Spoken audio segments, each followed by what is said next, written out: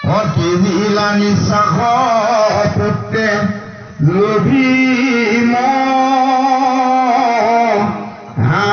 দুখ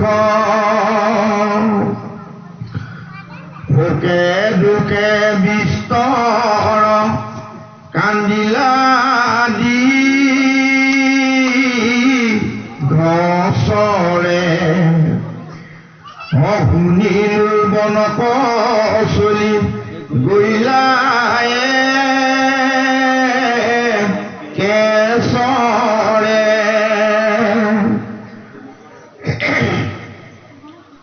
এৰা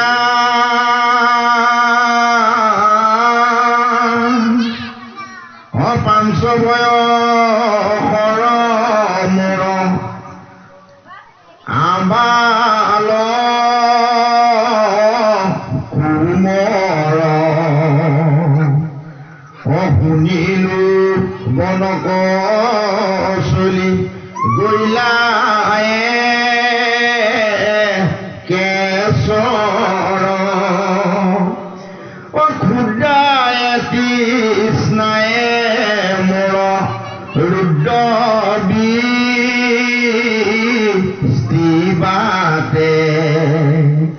কিবা ফুৰি মৰে কৈত্য বিক্ষৰ মূলতে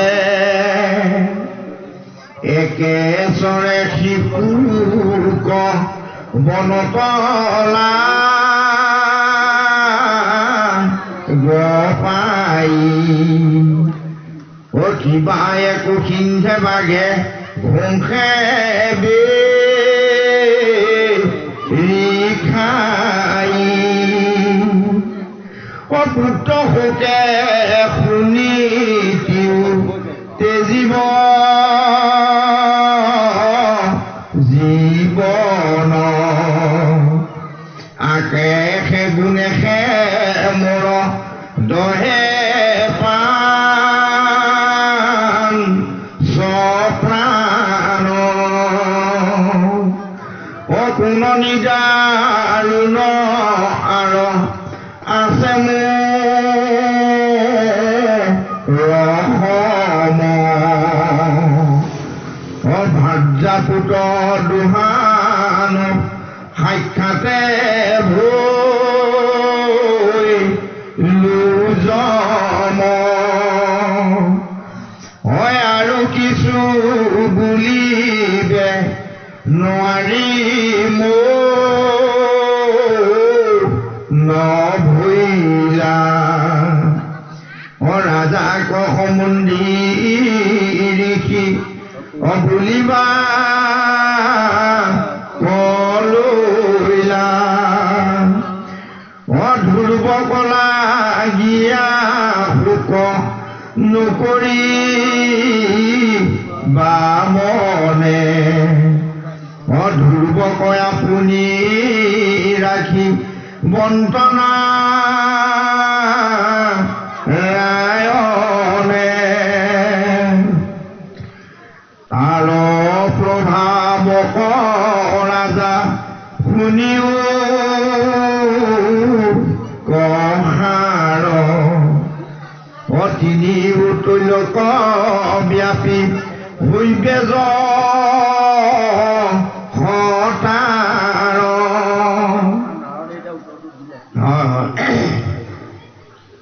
অকুলৰ কমল তোৰ বংশৰ উদ্ধাৰ মূৰে মুখে কতে বনাই নতাৰ দেৱতা খবৰ যিটো পৰম দুষ্কৰ এন কৰ্ম কৰিবে তোমাৰ কুমৰ উগ্ৰতপ কৰি মাধৱ বকয়া ৰাধিব অতপবলে ঈশ্বৰক সাক্ষাৎ কৰিব মাধৱৰ পৰম পদ পাইবা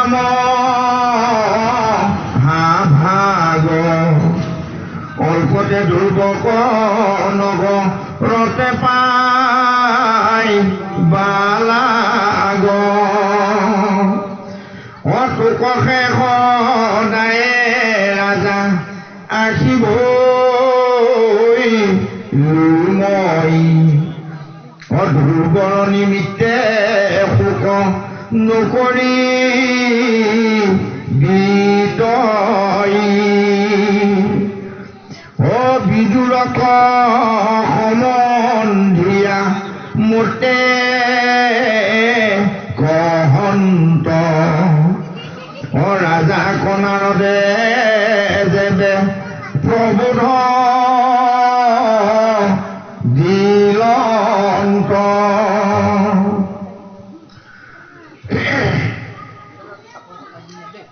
ৰাম এৰিল সন্তাপ ৰাজা সুস্থ ভৈ মন ৰাজাক আকাংক্ষী ঋষি কৰিলা গমন পাছে ৰাজা এৰি খবে ৰাজকাৰ যজত কি হলে ধ্ৰুৱক মাত্ৰ চিন্তন্ত মনত তলু কৰ ৰাজলক্ষ্মী তাকো নাদৰি ৰাতি দিনে থাকে মাত্ৰ কোমৰ মৰি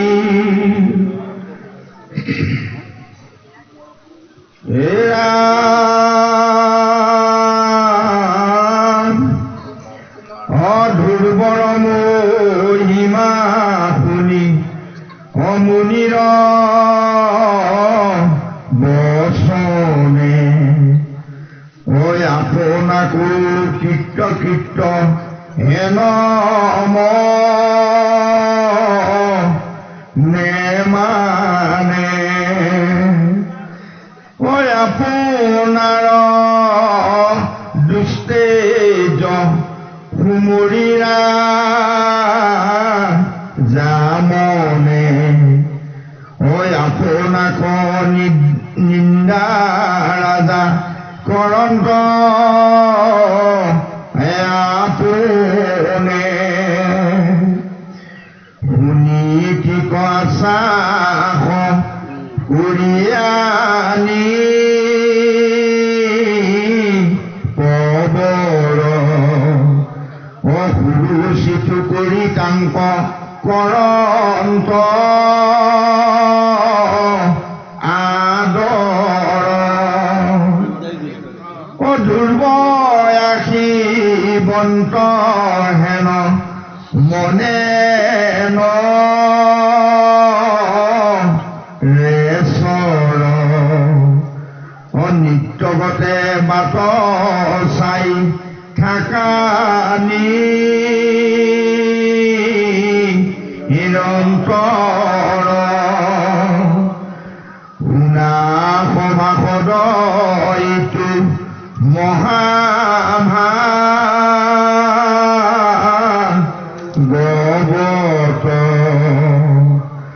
ভাগ্যে জন্ম ভৈলো এইটো ভাৰত খণ্ডত আউৰ কি মনুষ্য হইবা হেন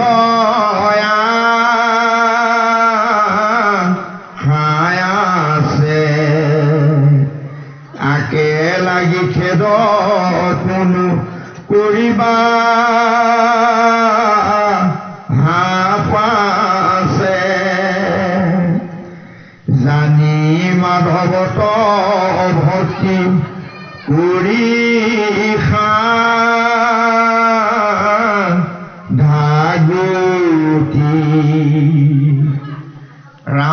কৃষ্ণ বোলা পাপ যাওক অধোগতি ৰাম কৃষ্ণ বোলা পাপ যাওক অধোগতি হৰি ৰাম কৃষ্ণ হে কৃপালু ভকত বৈষ্ণৱ সমস্ত ভাগৱতৰ তৃতীয় স্কন্ধৰ পৰা কথাখিনি কৈ আছে মৈত্ৰেয় ঋষিৰ আশ্ৰমত বিদুৰক এতিয়া বিদুৰক সম্বোধিয়া মৈত্ৰেয়ে কহন্ত ৰাজাক নাৰদে যেবে প্ৰবোধ দিলন্ত এৰিল সন্তাপ ৰাজা সুস্থ ভৈল মন ৰাজাক আশংসী ঋষি কৰিলা গমন কথাখিনি বিদুৰৰ নিজৰ কথা কিন্তু কৈছে কোনে মৈত্ৰেয়ে কৈছে তে বিদুৰ কোন বাৰু ব্যাসৰ পুত্ৰ বিচিত্ৰ বীৰ্যৰ পুত্ৰ বুলি কয় যেহেতু তেওঁ ভাৰ্যাৰ তেওঁৰ সতি সন্তান নাছিল শেষত সত্যৱতীৰ বাক্য ৰক্ষা কৰিবলৈ গৈ পুত্ৰ ব্যাসে তিনিটি সন্তান তিনিগৰাকী মাতৃৰ গৰ্ভত দান দিব লগা হ'ল এতিয়া এই বিদুৰ নামৰ যিজন কৌৰৱ আৰু পাণ্ডৱ দুইটি পক্ষৰ খুৰা হয়নে এই আটাইতকৈ গণ্ডগোলীয়া সম্বন্ধটোৱে হ'ল খুৰা সম্বন্ধ খুৰা সম্বন্ধটো কিয় গণ্ডগোলীয়া বুলি কোৱা হৈছে পিতৃ হলে পুত্ৰ নিজৰ হয়নে যদি কেনেবাকে চাৰিজন ককাই ভাই ডাঙৰজনৰ সতি সন্তান কেইটা হ'ল সিহঁতি এই তিনিওটাকে খুৰা বুলি মাতিব লাগিব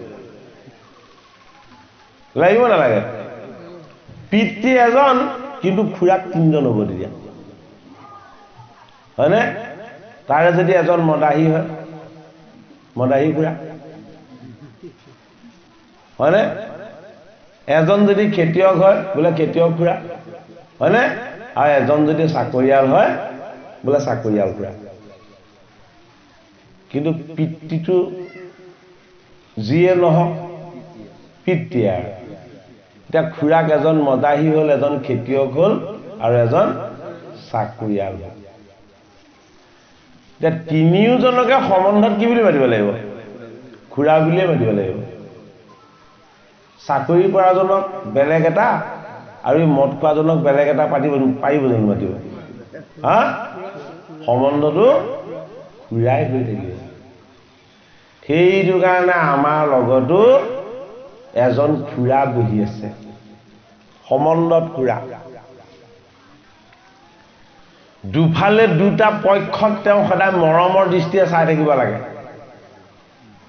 হয়নে এটা ধৃতৰাষ্ট্ৰৰ পক্ষত কৌৰৱ আৰু এটা পাণ্ডুৰ পক্ষত পাণ্ডৱ এই দুটা পক্ষ দুফালে থাকি মাজত অৱস্থান কৰিবলগীয়া হৈছে কোন বিদুৰ খুৰা বিদুৰ খুৰাৰ মুখ পদ্মে বিদুৰ খুৰাই শ্ৰৱণ কৰাৰ কাৰণেহে এই তৃতীয় স্কন্ধ আৰু চতুৰ্থ স্কন্ধ ভাগৱত পৰীক্ষিতে শ্ৰৱণ কৰিবলৈ পাইছে মৈত্ৰেয় ঋষিৰ আশ্ৰমত তৃতীয় স্কন্ধৰ পৰা ভাগৱত কৈ আছে মৈত্ৰেয় বিদুৰক আৰু বিদুৰে এই কথাখিনি শুনি আছে প্ৰথম স্কন্ধৰ কথাখিনি কাক ক'লে সৌনকাদি সহস্ৰ ঋষিক ক'লে ফুটে দ্বিতীয় স্কন্ধৰ কথাখিনি কাক ক'লে গংগাৰ পাৰত সুতমুনিয়ে পৰীক্ষিত তৃতীয় স্কন্ধৰ কথাখিনি কাক কৈছে মৈত্ৰেয় ঋষিৰ আশ্ৰমত বিদুৰক শাস্ত্ৰ একেভাগে প্ৰথম ভাগ প্ৰথম স্কন্ধ ক'লে নৈমিক ক্ষেত্ৰত দ্বিতীয় স্কন্ধ ক'লে গংগাৰ পাৰত আৰু তৃতীয় স্কন্ধ ক'লে ক'ত মৈত্ৰেয়ৰ ঋষিৰ আশ্ৰমত এটা তিন ঠাইত ভাগত চলি থকাটো আমাক জনালে হয়নে বাৰু য'ত জাতি কুল সকলোবিলাককেই আওকাণ কৰি হৰিক যি শৰণ ল'লে হৰিক যি ভজিলে হৰিক যি উপাসনা কৰি ঈশ্বৰৰ চৰণৰ আশীৰ্বাদৰ ভাগ ল'লে সেইজন উকুলীন হ'লেও আমাৰ গুৰু ইয়াৰ নৈমিক ক্ষেত্ৰ হয়নে অৰ্থাৎ নিজৰ মাজৰে এজনক আসনত বহুৱাই তেওঁকে গুৰু জ্ঞান কৰি শিষ্যৰ দৰে শুদ্ধভাৱে ভাগৱত শ্ৰৱণ কৰাৰ ব্যৱস্থা ভাগৱত শাস্ত্ৰ দেখাইছে যে আমাক যি এই ঈশ্বৰৰ কথা কীৰ্তন কৰি শুনাব আমি সেইজনৰ পৰা এই কথা শ্ৰৱণ কৰি আমি ঈশ্বৰ কৃষ্ণৰ আশীৰ্বাদৰ ভাগ ল'ম দ্বিতীয়জন শ্ৰোতা হ'ল পৰীক্ষিত ঋষিসকলে শুনিছে বিফল হৈ পৰীক্ষিতে শুনিছে সংকটত পৰি হয়নে আৰু বিদুৰে শুনিছে ৰাজ্যৰ পৰা বাহিৰ কৰি দিয়া দুখত তত্ত্বটো ভালকৈ যাওক প্ৰথম যিসকল ঋষিয়ে শুনিছে তেওঁলোক ব্যৰ্থ হ'ল বিফল হ'ল কিহত বিফল হ'ল কলি সোমালে বুলি গম পাই কলিৰ পৰা ৰক্ষা পাবলৈ 1000 বছৰ যজ্ঞ কৰিলে যজ্ঞ কৰি আছে কিন্তু একেটাই চলি আছে দেখোন তেওঁলোকৰ মনৰ স্থিতিৰ কোনো পৰিৱৰ্তন হোৱা নাই হয়নে তাৰ পাছতহে তেওঁলোকে শুনিলে চিন্তা কৰিলে বোলে আমি যজ্ঞ কৰি যিটো কাম কৰিব নোৱাৰিলোঁ পৰীক্ষিতে 7 দিন ভাগৱত শুনিয়েই এই তৰুণ কালতে দেহক ত্যাগ কৰি আত্মা কৃষ্ণ ত্যাগ হৈ গ'ল গতিকে আমি যজ্ঞ কৰি সফল হ'ব নোৱাৰোঁ যজ্ঞ হ'ল কৰ্মত আছে বন্ধনে আমাক কেতিয়াও বন্ধনহে দিব আমাক মুক্তি দিব নোৱাৰে সেইটো কাৰণে কি কৰিলেগে ঋষি হৈও বেদজ্ঞ ব্ৰাহ্মণ হৈও উকুলীন ফুটক গৈ গুৰু হিচাপে গৈ ভজিলেগৈ সেই আপুনি আমাক অমৃতময় ভাগৱত কৃষ্ণ কথা আমাক পান কৰাওক গতিকে ভাগৱত অমৃত পান কৰিবলৈ আমি একান্ত সেৱক হৈ ল'ব লাগিব দ্বিতীয়জন শ্ৰোতা হ'ল কোন দ্বিতীয়জন শ্ৰোতা হ'ল পাণ্ডৱৰ নাতি পৰীক্ষিত দ্বিতীয়জন শ্ৰোতা এইটো কাৰণে গংগাৰ পাৰলৈ গৈছে যে ককাকসকলে সদায় পুণ্য অৰ্জন কৰিছিল ককাকসকলে সদায় ধৰ্ম অৰ্জন কৰিছিল আৰু তেওঁ এদিন মৃগয়া কৰিবলৈ গৈ গোটেই ধৰ্মখিনিকে শেষ কৰি পেলালে ককাকহঁতে কৰি থোৱা যিমানখিনি পুণ্য আছিলে চব পুণ্য ক্ষয় কৰি পেলালে তে কলি আহিলে পুণ্য ক্ষয় হ'ব ককাকসকলে ঋষি মুনিৰ চৰণ ধুৱাই চৰণত পুষ্প অৰ্পণ কৰে ধূপ দীপ নৈবেদ্য লৈ ঋষিক ঈশ্বৰ মূৰ্তি বুলি স্তুতি কৰি উপাসনা কৰি সেই ঋষিৰ পৰা ককাকসকলে সদায় ককাকসকলে সদায় আশীৰ্বাদ লৈছিলে হয়নে দুৰ্বাসাৰ নিচিনা ঋষিকো সন্তুষ্ট কৰিবলৈ যত্ন কৰিছিলে কিন্তু পৰীক্ষিতে কি কৰিলে মৃগয়া কৰিবলৈ গৈ জল নাপাই ঋষিক গালি পাৰিলে গালি পোৱাৰ পাছত সেয়াই নুজুৰিলে আকৌ মৰা সাপ মেৰিয়ালে সুচিতা নষ্ট কৰিলে আৰু ঘৰত আহি মুকুটটো খুলি ভৰি হাত ধুই মইনো আজি কি কৰিলোঁ বুলি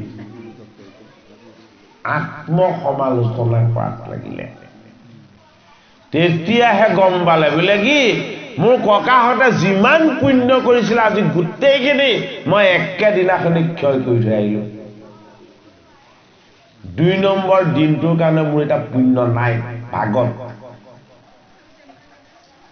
এতিয়া ঋষিৰ সমীকে কৈছে যে হেৰা মোৰ পুত্ৰ সিংহী বোলে কি বোলে তুমিও আমাৰ গোটেই ঋষি কুলত অমোচন পাপ অৰ্জন কৰিলা বস্তুখিনি ভালকে শুনক দেই তেতিয়াই বুজি পাব পৰীক্ষিতে কৈছে আমাৰ বংশত যিমান পুণ্য আছিলে সব ক্ষয় হ'ল সমীক ঋষিয়ে কৈছে যে ঋষিৰ বংশত তই যিটো পাপ কৰিলি এই পাপ কোনোদিন মোচন নহয় অমোচন পাপ এটা ঋষিৰ পুত্ৰৰ ঋষিৰ বংশত কেনেকৈ পাপ হ'ল পৰীক্ষিতৰ নিচিনা জ্ঞানী ৰজাজনক 7 দিনতে মৃত্যু হ'ব বুলি অভিসম্পাত দিয়াটো সমীক ঋষিয়ে কৈছে পুত্ৰ সিংহীক যে আমাক যদি তেওঁলোকে ঘূৰাই অভিশাপ দিলেহেঁতেন যে তহঁতৰ ঋষিৰ বংশটো অথন্তৰ আৰু অন্যায় হওক তেতিয়া আমি উদ্ধাৰ হৈ গ'লোহেঁতেন কিন্তু বৈষ্ণৱ প্ৰজা পৰীক্ষিত আমি অভিশাপ দিলেও তেওঁ শান্ত সুস্থ হৈ তাৰ সৎ উপায়ৰ কথাহে চিন্তা কৰিব আমাৰ ওপৰত আৰু কোনো প্ৰতিশোধ নলয় হয়নে বাৰু প্ৰতিশোধ লোৱাৰ কথা যিকণ স্থানত কোনোদিন চিন্তা কৰা নহয় সেই স্থানকণৰ নাম হ'ল গংগা যাৰ হৃদয়ত কোনোদিন পাপটিটোৰ প্ৰতি প্ৰতিশোধ নাই কোনোবাই অন্যায় কৰিলেও অনীতি কৰিলেও ক্ষতি কৰিলেও তাৰ প্ৰতিকাৰত তাৰ প্ৰতি কোনোদিন প্ৰতিশোধ ভাৱ জাগ্ৰত নহয় সেই স্থানকণ কি সেই স্থানকণ হ'ল প্ৰবাহিনী গংগা সেই চিন্তনটো ক'ৰ পৰা বৈছে ভগৱান বিষ্ণুৰ পদৰ পৰা গৈছে আমি ইয়াৰ আগৰবাৰ ব্যাখ্যাত আপোনালোকক কৈছিলোঁ যে ভগৱান কৃষ্ণৰ শ্ৰেষ্ঠ বিভূতি হ'ল ক্ষমা ক্ষমাৰূপী বিষ্ণুৰ চৰণৰ পৰা যি বৈছে এয়া হ'ল ক্ষমা গুণ দয়া গুণ কৰুণা গুণ কি ৰূপত বৈছে ভক্তি ৰূপত ভগৱত ৰূপত ঈশ্বৰ চিন্তন ৰূপত আৰু সেই ৰূপটোৰ নাম কি সেই ৰূপটোৰ নাম হ'ল প্ৰবাহিনী গংগা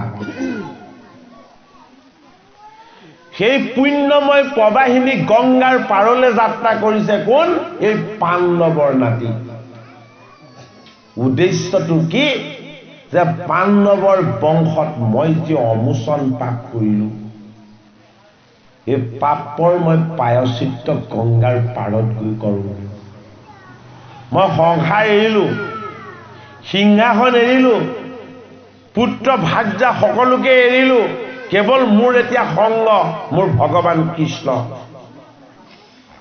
আৰু মোৰ লক্ষ্য কেৱল এই পাণ্ডৱৰ বংশত মৃত্যুক বৰণ কৰিবলৈ গৈ থকা আৰু মুখ্য লাভৰ আনন্দ প্ৰাপ্ত কৰিবলৈ গৈ থকা মোৰ এই দুটা লক্ষ্য কোনে আনি মোক হাতত উপগত কৰাই দিব পাৰিব গংগাৰ পাৰত যেতিয়া পৰীক্ষিত বহিল সহস্ৰ ঋষি তাত গোট খালে এজন দুজনকে ঋষি আহি আহি 60 সহস্ৰ ঋষি তাত বহিল আৰু অন্তিমত আহিছে কোন অন্তিমত আহিছে নিত্যৰত হৈ দিগবাস হৈ উলংগ বেশেৰে কিছুমান সুৰক্ষী তৰুণী গাভৰুৱে তেওঁ পাছে পাছে উদ্মাদৰ নিচিনাতে তেওঁ খেদি আহিছে আৰু কিছুমান শিশুৱে তেওঁ উলংগ কাৰণে ইমান ডাঙৰ ল'ৰাটোনো কেনে উলংগ হৈ ফুৰিছা বুলি তেওঁক জোকাই জোকাই তেওঁ পাছে পাছে তেওঁ খেদি ফুৰিছে এতিয়া শুকক কোনে চিনি পায়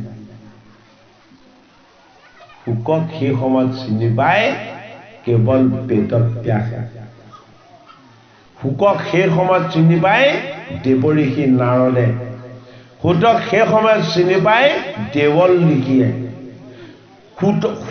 শুকক সেই সময়ত চিনি পায় বশিষ্ঠ বিশ্বামিত্ৰ অত্ৰি আদি সাধন কীৰ্ত ঋষিসকলে শুকক কি বুলি চিনি পায় যে শুক হ'ল মহাভাগৱত এই ভাগ কি এভাগ ভাগৱত। দ্বাদশ স্কন্ধৰ এভাগ হ'ল ভাগৱত আৰু শুকমুনি কি? শুকমুনি হ'ল মহাভাগৱত। এই মহাভাগৱত স্বৰূপ মুনিসকলৰ মাজত মুনীন্দ্ৰ, যোগীসকলৰ মাজত যোগেন্দ্ৰ, গুণস্থিত নহয় দিগবাস, কোনোদিন তেওঁৰ লজ্জা নাই, লাজ নাই, মান নাই, অভিমান নাই, সন্মান নাই। কি? তেওঁ গুণমুক্ত। এই গোটেই জগতখনক তেওঁ ব্ৰহ্মময় দেখে। সেইটো কাৰণে তেওঁ চিৰ তৰুণ কাৰণে, দেখিবলৈ অত্যন্ত সুচী কাৰণে, সুন্দৰ কাৰণে সুৰক্ষী তৰুণীসকলে কাম পাশত মুগ্ধ হৈ তেওঁ পাছে পাছে দৌৰি তেওঁ খেদি ফুৰে। কিন্তু সুখ হ'ল নিষ্কাম শিশুৰ দৰে, নিৰ্মল, শুদ্ধ, শান্ত, প্ৰশান্ত আৰু পবিত্ৰ। গংগাৰ পাৰত আহি যেতিয়াই সুখ উপগত হ'ল, ঋষিসকলে পৰীক্ষিতৰ জীৱনৰ যি মূলভূত সমস্যা, এই সমস্যা সমাধানৰ যেতিয়া উত্তৰ দিয়াত যেতিয়া ব্যৰ্থ হৈ সকলো যেতিয়া মৌন হৈ বহি গ'ল, গংগাৰ পাৰলে ৰাম কৃষ্ণ নাম হৰি গুণ কীৰ্তন কৰি কৰি ব্যাসনন্দন সুখদেৱ আনন্দ ৰূপত উপগত হ'ল। আৰু কি হ'ল? তাত বহি থকা শ্ৰেষ্ঠ শ্ৰেষ্ঠ ঋষি যি ভাগৱত প্ৰণয়ন কৰিছে বেদব্যাস, এই ভাগৱত প্ৰণয়ন কৰিবলৈ উপদেশ দিছে দেৱঋষি নাৰদ, এই ভাগৱতৰ ৰূপী গাভীৰূপী তত্ত্বক সদায় ৰাখিছিলে বশিষ্ঠই, বিশ্বামিত্ৰ, অত্ৰি, দেৱল, এই ঋষিসকলে ঈশ্বৰ তত্ত্বৰ মহিমা জানিছিল। কিন্তু পৰীক্ষিতে সোধা এটা প্ৰশ্নৰ উত্তৰো তেওঁলোকে দিয়া নাছিলে। যেতিয়াই সুখদেৱ গৈ গংগাৰ পাৰত উপগত হ'ল, সমস্ত ঋষি কি হ'ল? থিয় হৈ দিলে। এই নাৰীসকল, যুৱতীসকলে যে তেওঁক খেদি আহিছিলে, সকলো ভয় ভীতিগ্ৰস্ত হৈ এইজনে যদি চাই দিয়ে আমি ভস্ম হৈ যাম, ইমান ঋষিয়ে এওঁক কি কৰিছে? অভিবাদন জনাইছে। শিশুসকলে ভয়ত আৰু সুৰক্ষী তৰুণীসকলে ত্ৰাসত। কি হ'ল? গংগাৰ পৰা ঢাপলি মেলিলে। কলৈ? তেওঁলোকৰ গৃহধামলৈ। শুকক দেখাৰ লগে লগেই সকলোৱে দুহাত দাঙি জয়ধ্বনি কৰিলে। কি বুলি? হৰি হৰি হৰি। গুৰুজনাই প্ৰথম কীৰ্তন জোকাৰ ঘোষা কি বুলি ঘোষিছে? জয় হৰি বুলি। গংগাৰ পাৰত সহস্ৰ ঋষিয়ে এই মহাভাগৱত স্বৰূপ শুকক আগমনৰ কাৰণে আনন্দত উল্লাসিত হৈ হৰি হৰি বুলি যি ধ্বনি কৰিছিলে, সেই ধ্বনিতকে শ্ৰেষ্ঠ ধ্বনি এই জগতত নাই। হৰি ধ্বনিতকে শ্ৰেষ্ঠ ধ্বনি নাই। সেইটো কাৰণে আমাৰ কি বুলি কয়? হৰি ধ্বনি কৰ।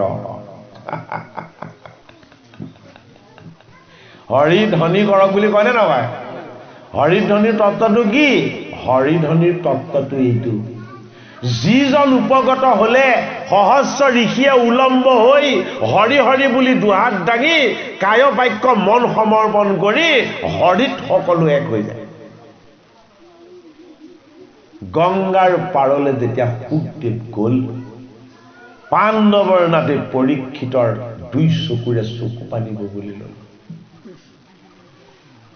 পৰীক্ষিতে কেৱল কান্দিছে আৰু কান্দিছে। কিয় কান্দিছে?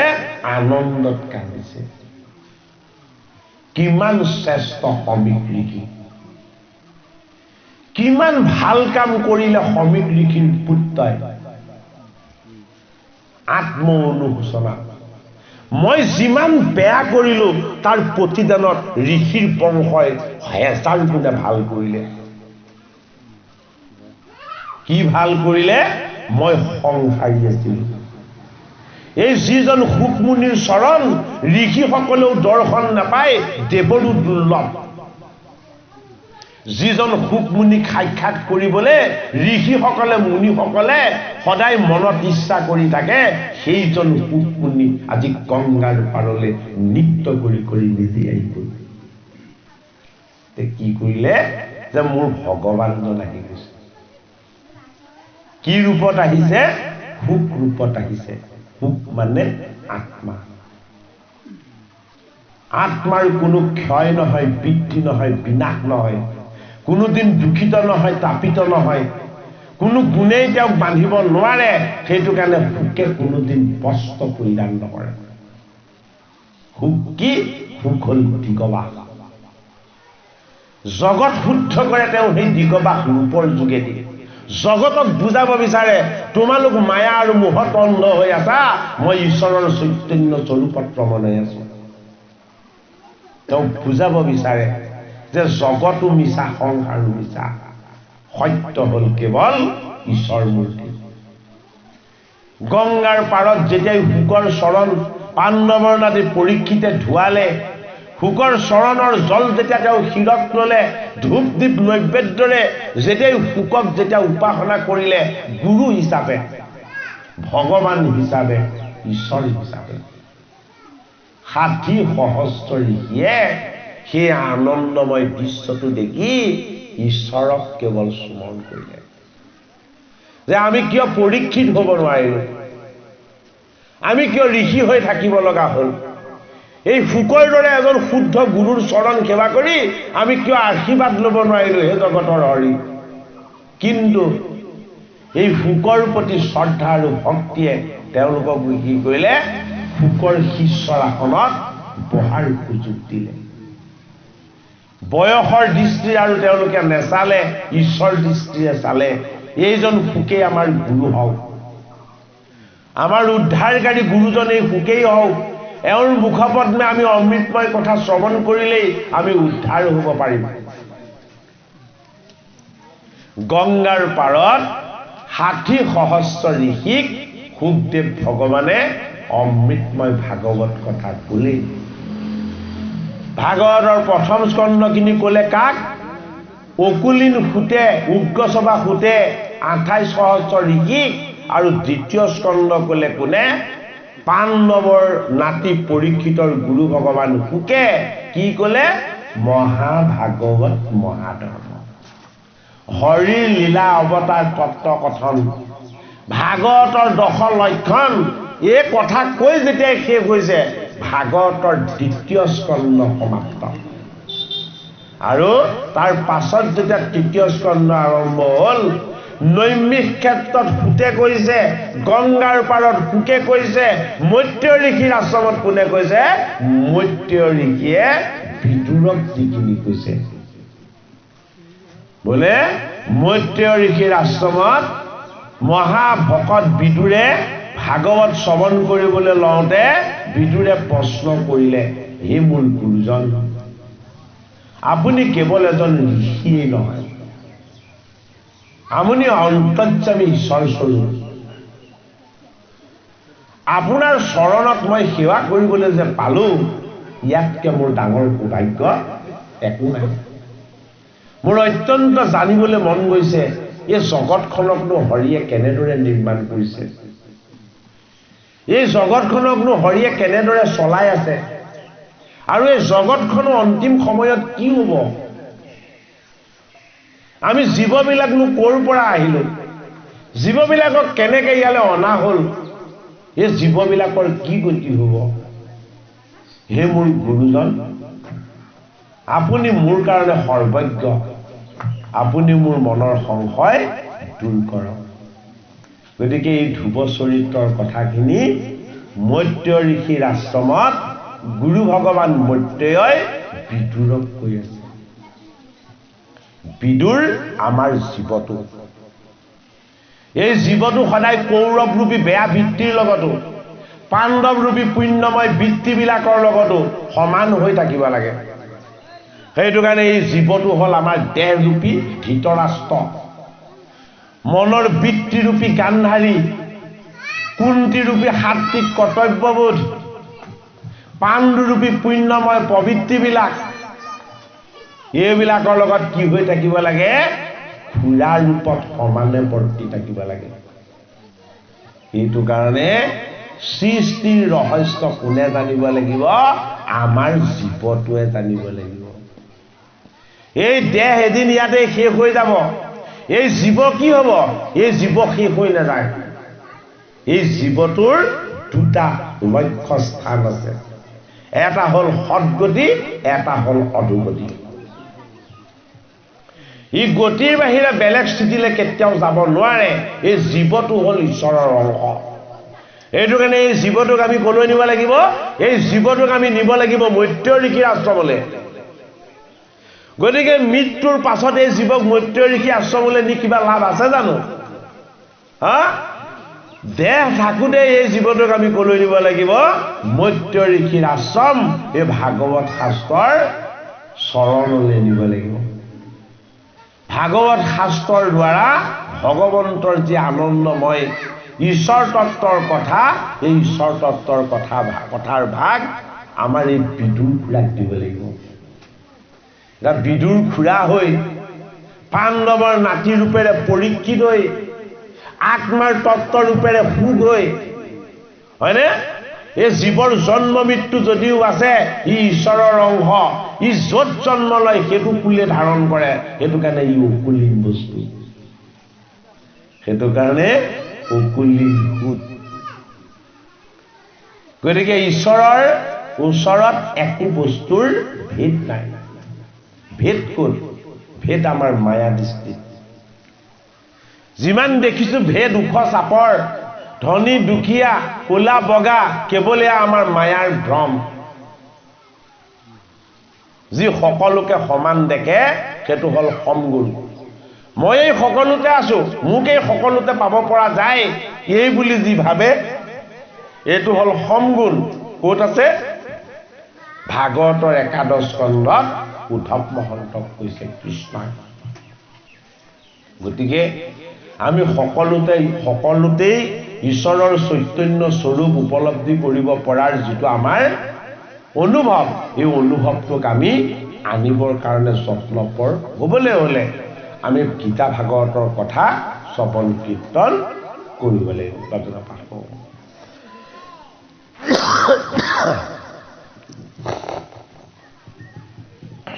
আপুনি যোৱা পাই থৈছে তাৰপৰা গোবৰ টপাইছে মই ধৰিব পাৰিবি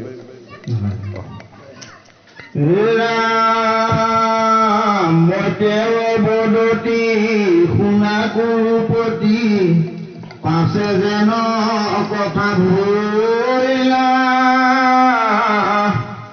অনাৰদৰ শিক্ষা মনে ধৰি ধৰিব মধুবনে চলি গলা এ পায়া মধুবন এ যমুনাতে স্নান এ কৰিছায় নাতি হে উপবাস কৰি মৌন ব্ৰত ধৰি থাকিলন্ত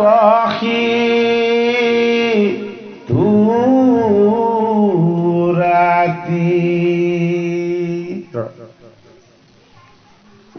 মুখা সময়ত স্থানী যমুনাত অতিৰতে নিমিয়া স্থান অবন্য ফুল ফল আনিল সকল খুজি পাইলা যত মান হে নিবিড় আসনে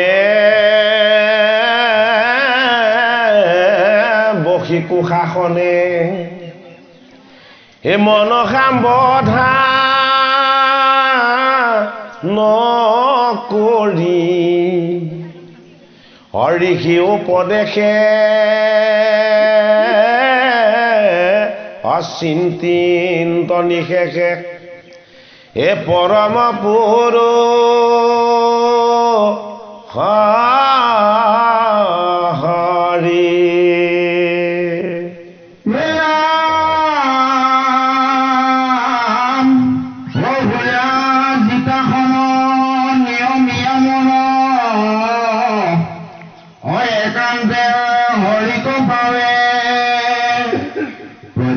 দিনতে তিনিও সন্ধ্যাতে পূজন্ত ভকতি ভাবে নাৰদৰ মত কোমৰি মনত যথামতি অনুসাৰে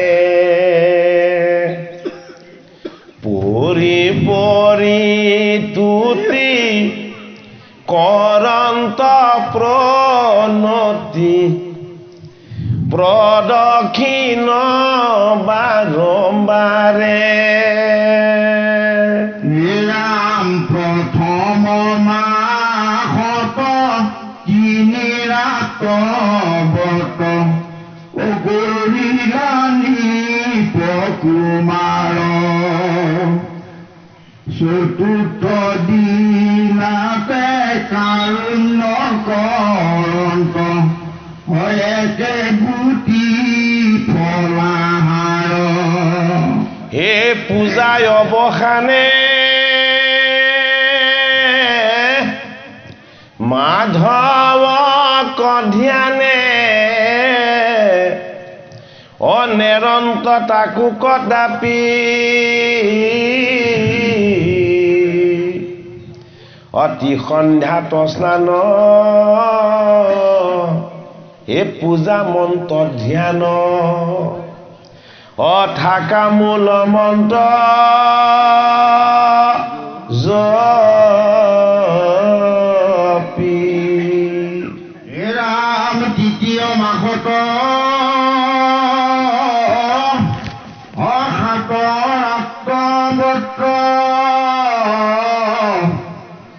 উপাসন কৰে সপ্তম দিনাত শান্ত প্ৰকাপাত অপক পাৰণা ভংগ কদৰে তৃতীয় মাহত অনৱৰাত্ৰবৰ্ত আচৰি ৰাগ কুমাৰ দশম দিনত কাৰুণ্য কৰন্ত অগণ্ড শেষ অজলহাৰ চতুৰ্থ মাহত দ্বাদশ দিনত নকৰি একো ভোজন ত্ৰয়োদশ দিনে পাৰণ কমনে কৰন্ত বায়ু কপান পঞ্চম মাহত ভৰি দীঘৱত থাকিলা বায়ু তম্ভিয়া অমাধৱক ধ্যানে ৰহিয়ে কমনে এক পাৱে ভূমি চুয়া অপিতবাত ঘোৰ সিহি নিৰন্তৰ অনাচালন্ত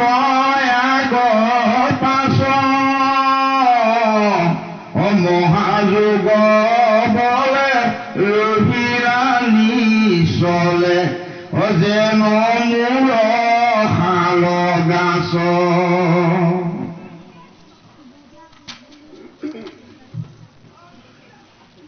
চিত্ৰবৃত্তি পানে কায় বাক্য মনে একতে কৰিয়া ধ্যান কৃষ্ণৰ ৰূপত হুয়ায়া শকত কোনে দেখন্তয়ান প্ৰকৃতি পুৰুষ মহোদয়কাৰ অহবাকো অধিক হৰি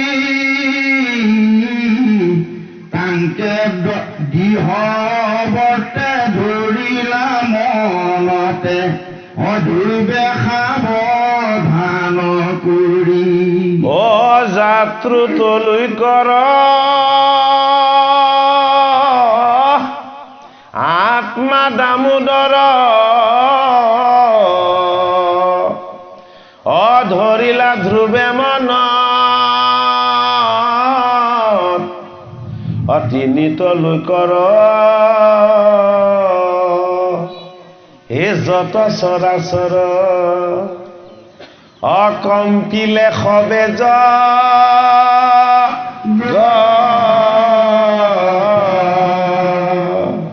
ডাঙৰ সাধনা ধ্ৰুৱই কি কৰিছে নিজকে আত্মাৰ ওচৰলৈ নি আছে এইটোৱে সাধনা আত্মাৰ ওচৰত নিকটত আৰু একত যদি কেনেবাকৈ পাই যাব পৰা যায় তেতিয়া কি হ'ব এই জীৱবিলাকৰ আত্মজ্ঞান লাভ হ'ব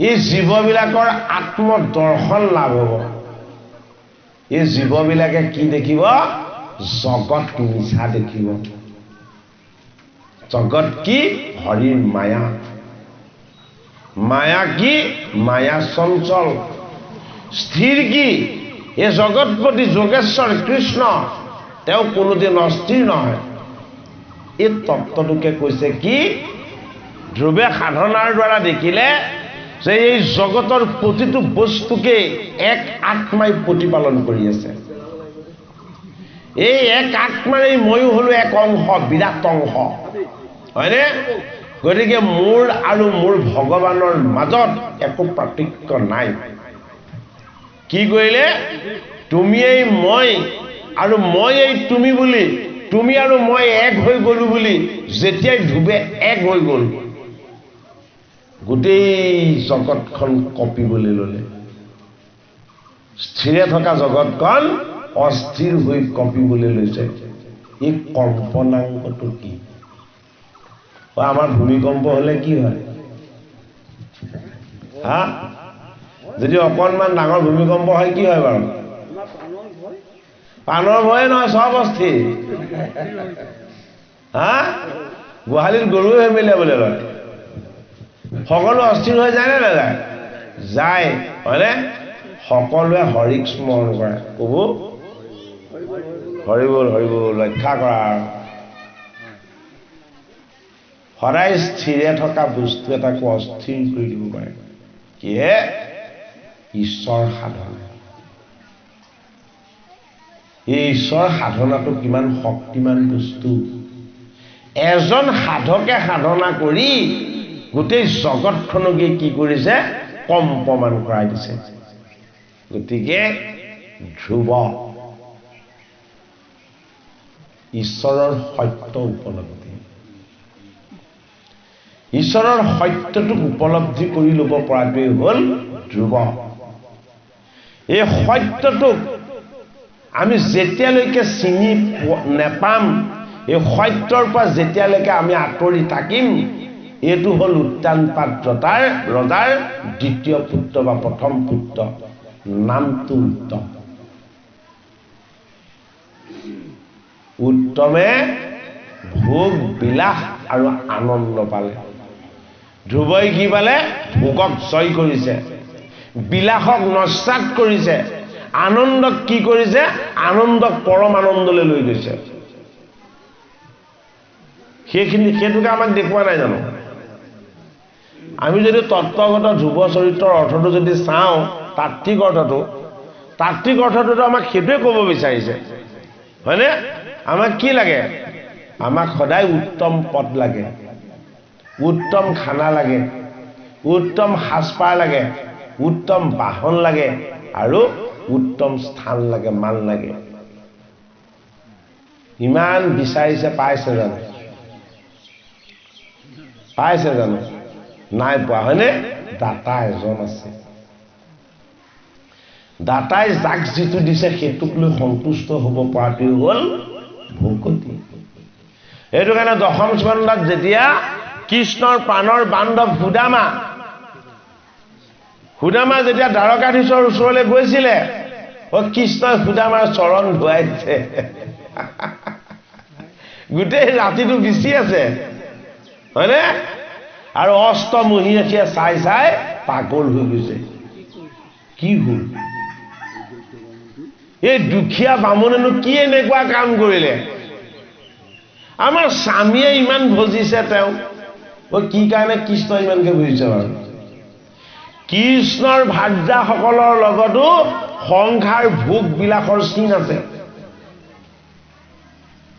সুদামা বেদজ্ঞ ব্ৰাহ্মণ একেলগে কৃষ্ণৰ সৈতে পঢ়া ইমান তেওঁ বেদৰ তত্ত্ব মৰ্ম জানে অথচ তেওঁ বেদমন্ত্ৰক বৃত্তি কৰি নললে কি কৰি ললে ভক্তি কৰি ললে আৰু কৃষ্ণৰ ওচৰলৈ তেওঁ যিদিনাখন গৈ পাইছেগে সেই গুৰুৰ আশ্ৰমত শিক্ষা লওঁতে সুদামাক যি ফটা চিটা কাপোৰ যি মলিন মুখ যিখন চেহেৰা কৃষ্ণই দেখিছিলে চাৰিটা পুত্ৰ আৰু ভাৰ্যা হোৱাৰ পাছতো কৃষ্ণৰ ওচৰলৈ যাওঁতে সেই শিশুৰ নিচিনা একেটা ৰূপে সেইটো কাৰণে কৃষ্ণ ইমান ভক্তি কৰিছে বোলে কিয় এই জগতলৈ মই যিমান জীৱ আনিছো সংসাৰলৈ সব সংসাৰী হৈ শেষ কৰিছে কিন্তু তুমি ব্যতিক্ৰম বোলে কি তুমি সংসাৰী নহলা সুদামা কি নহলে সংসাৰতে থাকিও তুমি সংসাৰী নহলা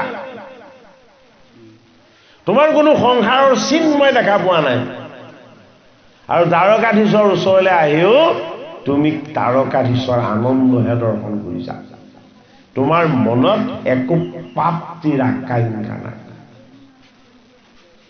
গতিকে সেইজন কৃষ্ণৰ বান্ধৱ যি দৰিদ্ৰতাকো গৌৰৱেৰে সৈতে গ্ৰহণ কৰি কৃষ্ণৰ প্ৰতি ভক্তি আৰু সন্তুষ্টি সদায় প্ৰকাশ কৰি দেখুৱালে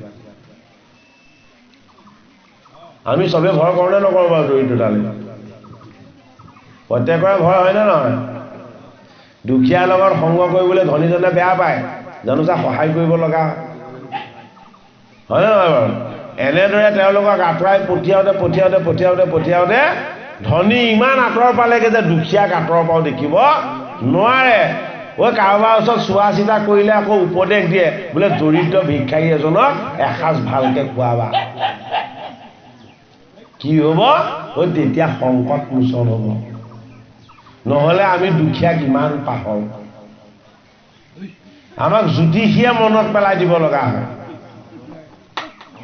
হয়নে নহয় বাৰু এই বাস্তৱ কথাখিনিৰ অনুভৱ আমি যাতে কৰিবলৈ অভ্যাস কৰোঁ সেইটো কাৰণে আমাক এইখিনি অনুভৱ কিহে কৰাব বিচাৰিছে ভাগৱত শাস্ত্ৰই কৰাব বিচাৰিছে এই বিদুৰৰ নিচিনা এদিন ধৰ্মৰ দণ্ড ধাৰণ কৰি হয়নে ধৰ্ম ৰাজ্যত ধৰ্মৰ আসনত বহা এই বিদুৰ খুৰাও কৌৰৱৰ বংশলৈ আহি 100 কৌৰৱৰ লগত পৰি কান্দি কান্দি ভাত খাব লগা হ'ল গোটেই জীৱনটো বুজালে ধৃতৰাষ্ট্ৰ আৰু গান্ধাৰী নুবুজিলে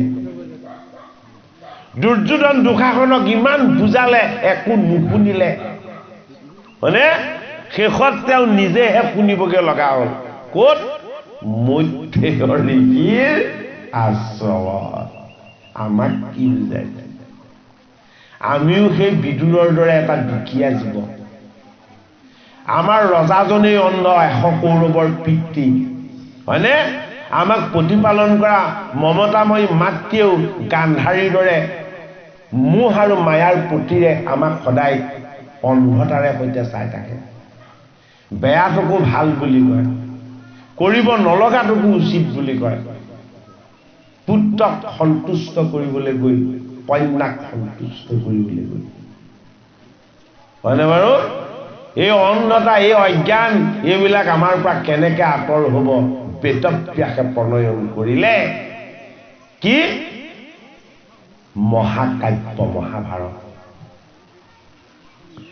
মহাকাব্য মহাভাৰতৰ যোগেদি মহান ঈশ্বৰৰ মহান তত্ত্ববিলাকক বেদে যিখিনি ঢুকি পোৱা নাই পঞ্চম বেদ ৰূপত তেখেতে মহাভাৰত শাস্ত্ৰ 18 পৰ্বৰে সৈতে প্ৰণয়ন কৰিলে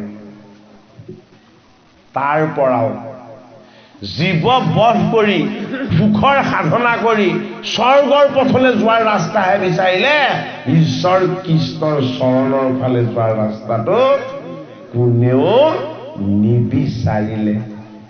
কলি যুগৰ প্ৰাৰম্ভ হ'ল।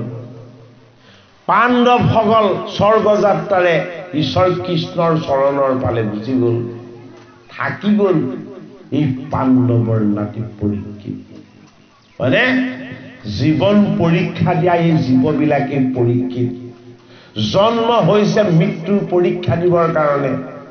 জীৱন সুখৰ হ'ব নে দুখৰ হ'ব, ভোগৰ হ'ব নে বিলাসৰ হ'ব, আনন্দৰ হ'ব নে উৎসৱৰ হ'ব, এই পৰীক্ষা দিয়াত আমি জীৱবিলাক লাগি থাকোঁ এই সংসাৰত।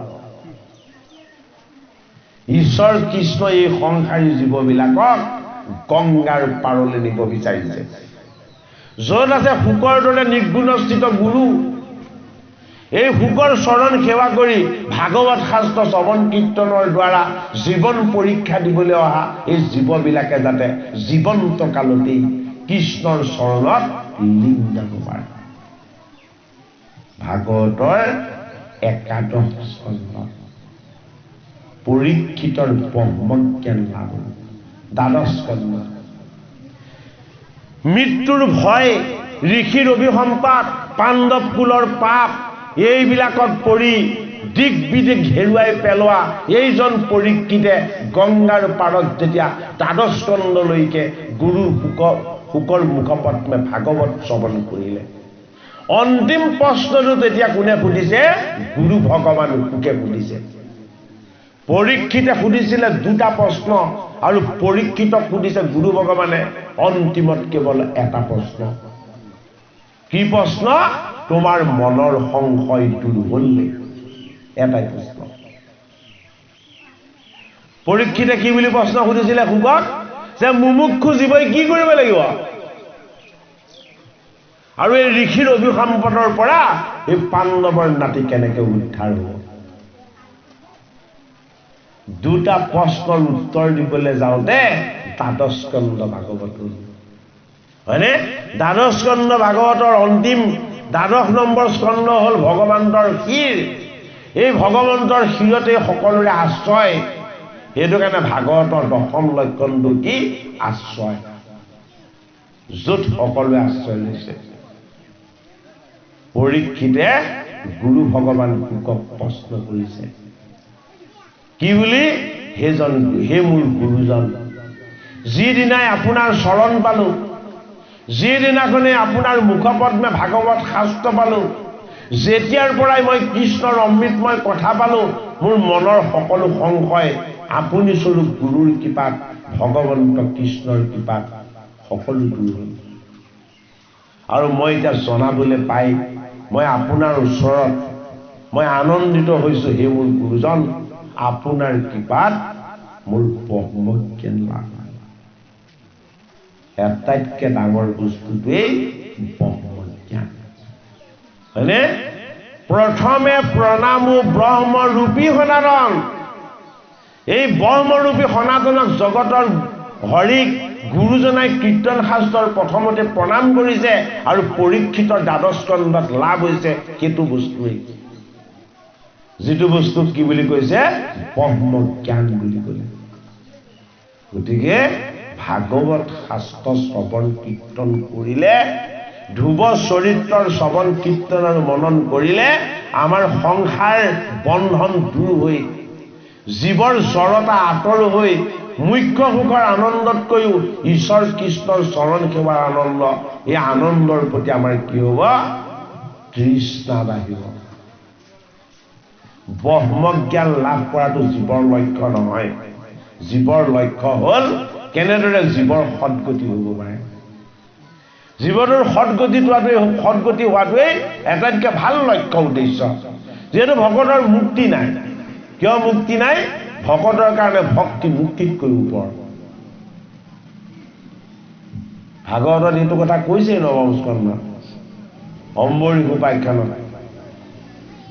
ভগৱান বিষ্ণুৱে কৈছে দুৰ্বাসা ঋষি, মোৰ ভকতক আপুনি চিনিয়ে নাপায়। বোলে মই তেওঁলৈ কীৰ্তনৰ প্ৰয়োগ কৰিছিলোঁ, তেওঁ মোক ক'ত ক্ষমা কৰিব? দুৰ্বাসাই কৈছে। বিষ্ণু কৈছে হে ঋষি শ্ৰেষ্ঠ আপুনি মোৰ ভকতক চিনিয়ে পোৱা নাই বোলে কি মোৰ ভকতৰ পাছে পাছে 5টা মুক্তিৰ টোপোলা এই মুকুট সকলে লৈ ঘূৰি ফুৰে কি বুলি মুখ লোৱা বুলি মোৰ ভকতে কেৰাহীকেও ঘূৰি নাচায় তেনেজন ভকতে আপোনাক কিমান দয়া কৰিব মৰম কৰিব আপুনি এবাৰ গৈ চাওক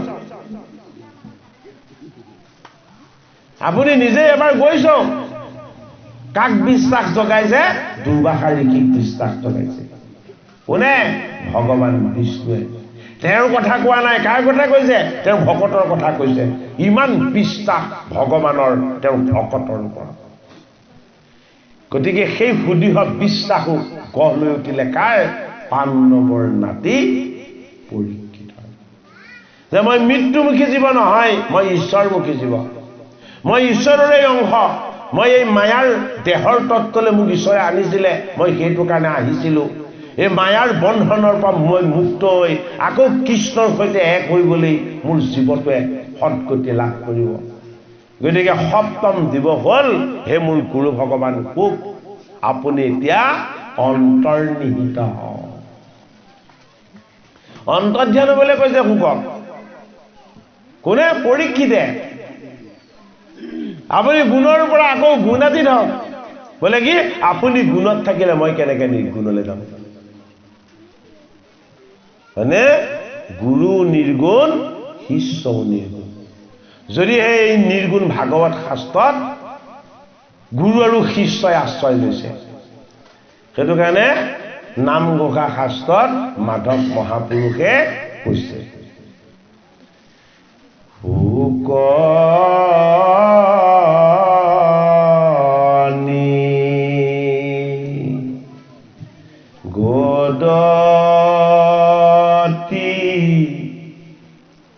পৰীক্ষিত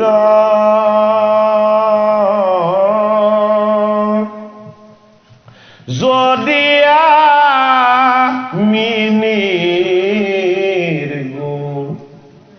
নিৰ্গুণত স্থিত তথাপি উত্তম শ্লোকৰ মহিমা গুণে বৎস ভৈলবাৰ মূৰচিত ভাগৱত গ্ৰন্থ বিপৰীত পৰময়ানন্দে পঢ়িলো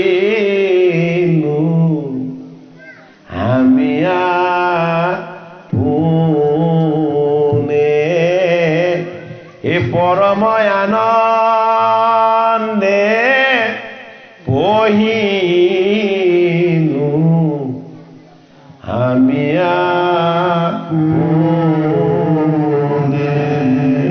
সুখে তেতিয়াই জানা বোলে কি আৰে মইতো নিৰ্গুণ মই কেতিয়া গুণমুক্ত হলো যিদিনাখন মোৰ পিতৃ বেদব্যাসে মই মাতৃ অৰণ্যৰ গৰ্ভত 12 বছৰ থাকোঁতে মই যেতিয়া ভূমিষ্ঠ নহলো তেতিয়া মোক পিতৃয়ে মই গৰ্ভত থাকোঁতে মোক প্ৰশ্ন কৰিছিল হে মোৰ পুত্ৰ তুমি মাতৃ অৰণ্যৰ গৰ্ভত থকা 12 বছৰ তুমি 12 বছৰতো কিয় ভূমিষ্ঠ হোৱা নাই আৰু তেতিয়া মই মোৰ পিতৃ টিকালজ্ঞ লিখি বেদব্যাসক উত্তৰ দিছিলোঁ কম এইখিনি কথাই কম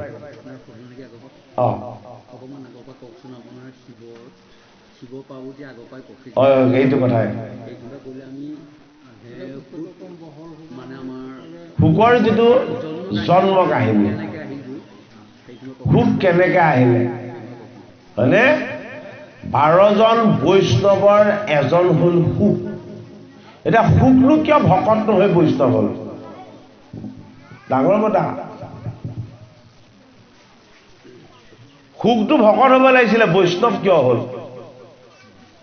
হয়নে সুখ এইটো কাৰণেই বৈষ্ণৱ হ'ল সুখে পিতৃৰ পৰা বৰ বিচাৰিব লগা হ'ল যি কিবা গুৰুৰ পৰা কিবা এটা বিচাৰে সি বিচাৰি দিলে বৈষ্ণৱে হ'ব যি ভগৱান আৰু গুৰুৰ পৰা একো নিবিচাৰে সি ভকত নিবিচাৰিলে ভকত আৰু ভজি পেলাই যদি বিচাৰিছে তেতিয়াহ'লে বৈষ্ণৱ গংগাৰ পাৰত এই দক্ষ কন্যাক মহাবৈষ্ণৱ শিৱই অমৃতময় ভাগৱত কথা কৈছে এদিন দেৱঋষি নাৰদ কৈলাশ ধামলৈ গ'ল কৈলাশ ধামত গৈ পাইছে আমাৰ এই বৈষ্ণৱ শিৱ গোসাঁই নাই তেওঁ বিষমজানক আনিবলৈ গ'ল আৰু পাৰ্বতী গোসাঁনীয়ে কি কৰিছে ওম নমঃ শিৱায় ওম নমঃ শিৱায় ওম নমঃ শিৱায় কেৱল স্বামী নামি গায় এইফালৰ পৰা দেৱঋষি নাৰদে মাত দিলে এই মাতা গৃহত আছেনে বাৰু লগে লগে দেৱীয়ে কি কৰিলে আও আজি মোৰ জীৱন ধন্য হ'ল আজি মই পৰম পুণ্যৰ ভাগ পালো বোলে কিয় আপোনাৰ দৰে দেৱঋষিৰ মই আজি চৰণ দৰ্শন পালো কি কৰিলে দেৱঋষিৰ চৰণত গৈ দেৱী পাৰ্বতীয়ে সাষ্টাংগে প্ৰণিপাত জনালে গোসাঁনী এটা বৰ ডাঙৰ বেয়া গুণ আছিলে শিৱৰ বাহিৰে কাকো সেৱা নকৰে পাৰ্বতীয়ে শিৱৰ বাহিৰে কাকো সেৱা নকৰে সেইদিনাখননো কি ব্যতিক্ৰম হ'ল জানো নাৰদক সেৱা কৰি দিলে নাৰদক সুধিছে যে অতিথি আহিলে উদ্দেশ্য এটা থাকে কিন্তু আপুনিতো পৰম বৈষ্ণৱ আপুনিতো সংসাৰী নহয় আপোনাৰ আমাৰ কৈলাশ ধামলৈ অহাৰ উদ্দেশ্য আমাক আনন্দৰ ভাগ দিয়াই তথাপিতো এই দেৱঋষি আপুনি কি উদ্দেশ্যে এই কৈলাশলৈ আহিলেনো এতিয়া দেৱঋষি নাৰদে কৈছে এই কথা এটা সুধিম বুলি আহিছিলোঁ কিন্তু এতিয়াতো আমাৰ মহা বৈষ্ণৱজনী গৃহত নাই বোলে কি কথানো আমাক ক'ব পাৰি নেকি বোলে আপোনাক ক'ব পাৰি কিন্তু ক'লে আকৌ কিজানি জগৰ লাগে নাই নাই আপুনিতো জগৰ লগা কথা সুধিবলৈ বোলে ঠিক আছে বাৰু বোলে আপোনাৰ স্বামীয়ে গলত বোলে মালা এডাল পিন্ধি থকা দেখো বোলে হয় পিন্ধি থাকে কেলে সেইডাল মুণ্ড মালা আৰু বোলে মুণ্ড কেইটা আছে আপুনি হিচাপ কৰিছেনে বোলে ২৭টা আছে ২৭টা মুণ্ড আছে এই মুণ্ড কেইটানো কাৰ মই তাকে নাজানো সুধিবলৈ আহিছিল এইকেইটানো আপোনাৰ স্বামীয়ে কাৰ মুণ্ড পালে তেতিয়া কি হ'ল নাৰদে আহিলে আহি সংসাৰত জুই লগালে জুই লগাই লগাই থৈ যোৱাটোহে কাম তেওঁ গ'ল ইফালেতো গোসাঁই বিষমজানত বহি হৰি উপাসনা কৰিয়ে আছে তেওঁ চব দেখি আছে নাৰদ গৈছে নাৰদে তেওঁক নাৰদক সেৱা কৰিছে ভাত যায় নাৰদে প্ৰশ্ন সুধিছে তেওঁ শুনি আছে আৰু মালাডালৰ কথা যেতিয়া সুধিছে তেতিয়া গোসাঁই হাঁহিছে মনে মনে হাই দেৱীক এতিয়া কাজিয়া লগাবলৈ কিয় সুধিলে এইটো কথা এই দক্ষ কন্যাইটো সদায় মোৰ সন্দেহটোৱেই চাব এতিয়া মুণ্ড কেইটা কাৰ এতিয়া সেইটো নাজানো বোলে আহিলক আজি মোৰ স্বামী দিম মজা তাৰপৰা আধা ৰাস্তা পাওঁতে শিৱক যেতিয়া দেখিছে এনে আনকাল শিৱ গোসাঁই আহিলে একদম পাৰ্বতী গোসাঁনী দৌৰি যায় আগবঢ়াই আনিবলৈ সেইদিনাখন তেওঁ দাঁত কামুৰি দাঁতকেইটা কৰিছি ভৰিৰে মাটি আঁচুৰি আছে ইমান খং কৰিছে চুলি তুলি একদম বাউলি হৈ আছে